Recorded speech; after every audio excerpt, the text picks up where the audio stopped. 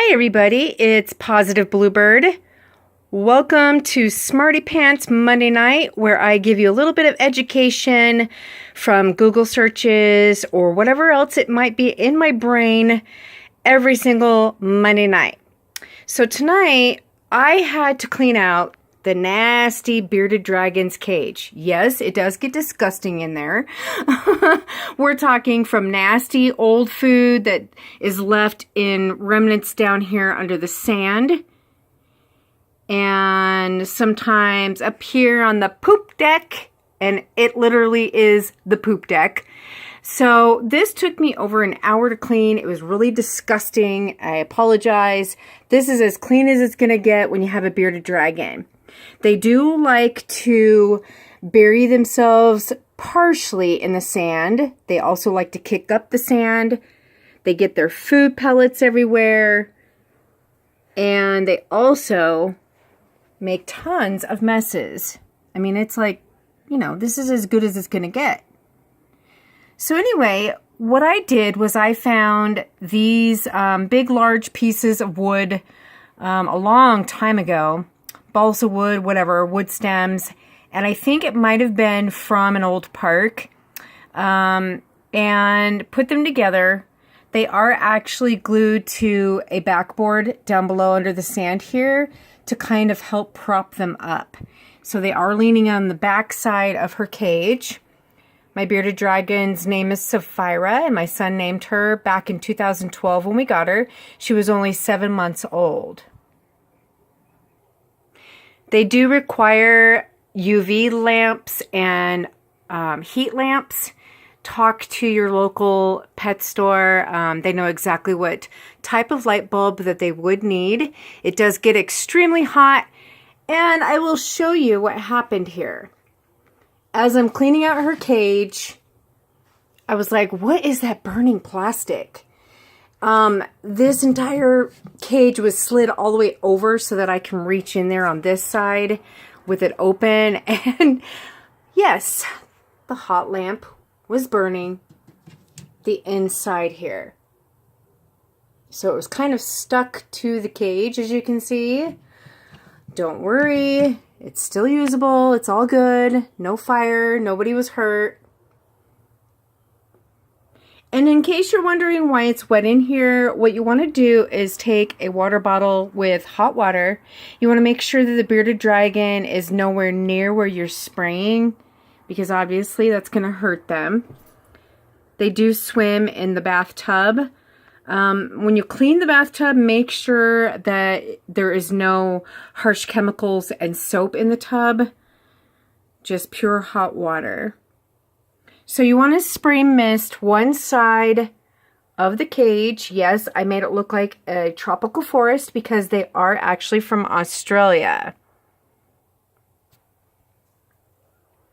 There are a total of 9 types of bearded dragons.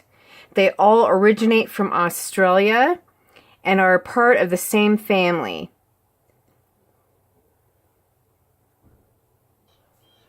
As bearded dragons are from Australia, they live in the arid and subtropical woodlands, the scrublands, savannas, shore areas, and into the great interior deserts. Their range extends throughout their interior of the eastern states to the eastern half of South Australia and southeastern Northern Territory. Okay, so this is Sapphira. Like I said, I've had her since 2012 when she was just 7 months old. She was just a little bit smaller than that. She has grown almost full length, and they do tend to grow just about the same length or almost the same length as their the tank that they live in. I apologize for the soap scum.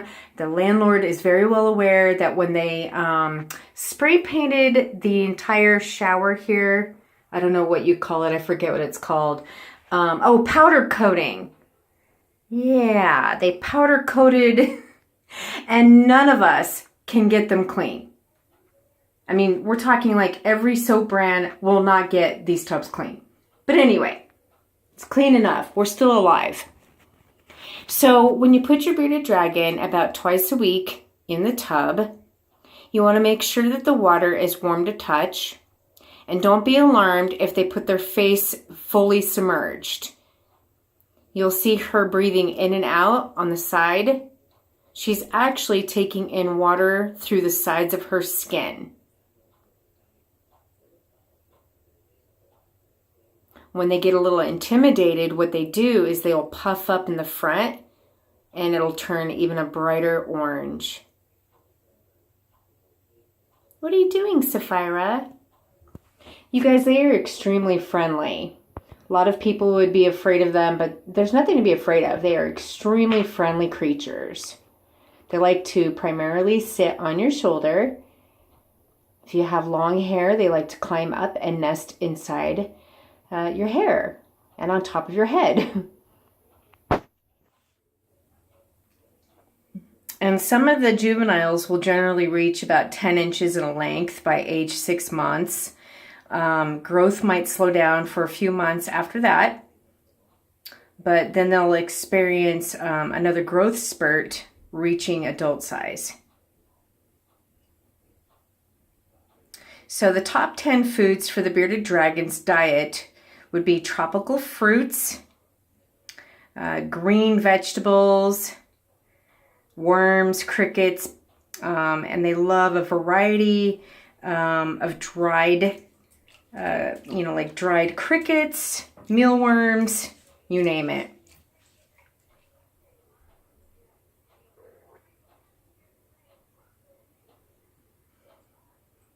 And one quick way to determine the age of your younger dragon is by measuring the bearded dragon from head to tail.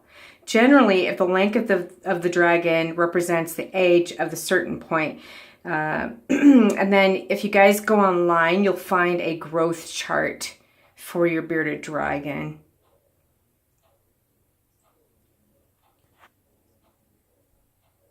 They do peel about, every few months.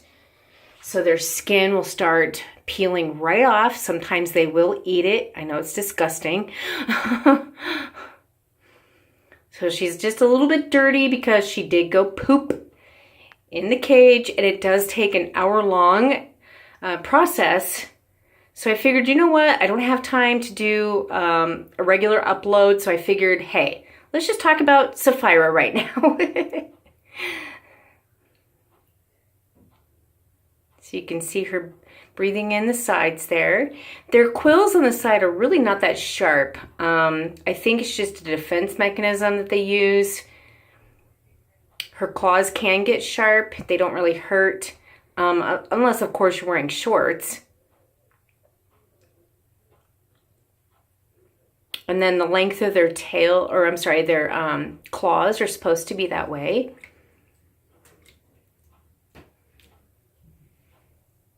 Hi, Sapphira. And you guys, when she's in the cage, she will turn her head to the direction of the most familiar voice in the family. And since I'm home primarily, she turns her head towards me. You see her tongue sticking out?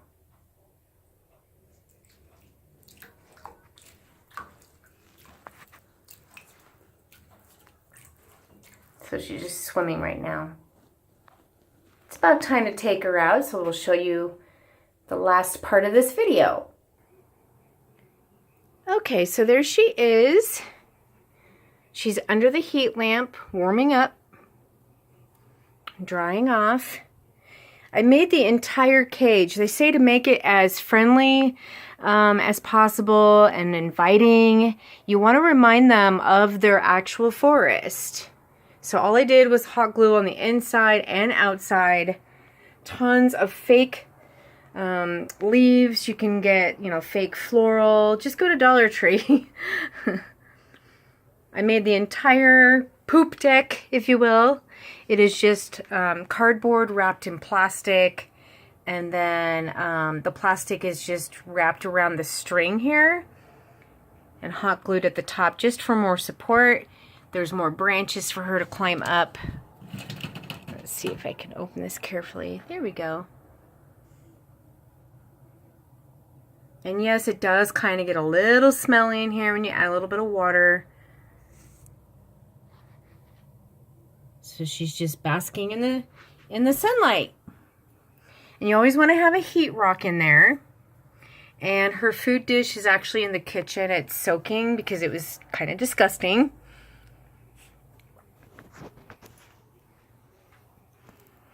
And then this is what my son picked up from the pet store. I think he got it from PetSmart, you guys. She's almost out, but I know it's gross. There's a whole bunch of dried food pellets and dried mealworms, crickets, you name it. It's really nasty, but just shake it, put it in the lid and shake it into the dish. And remember, they do need to drink water daily or every other day. Just put enough water down in their food bowl when they're done eating. All right, you guys. That's about it. Peace out and stay positive, everyone.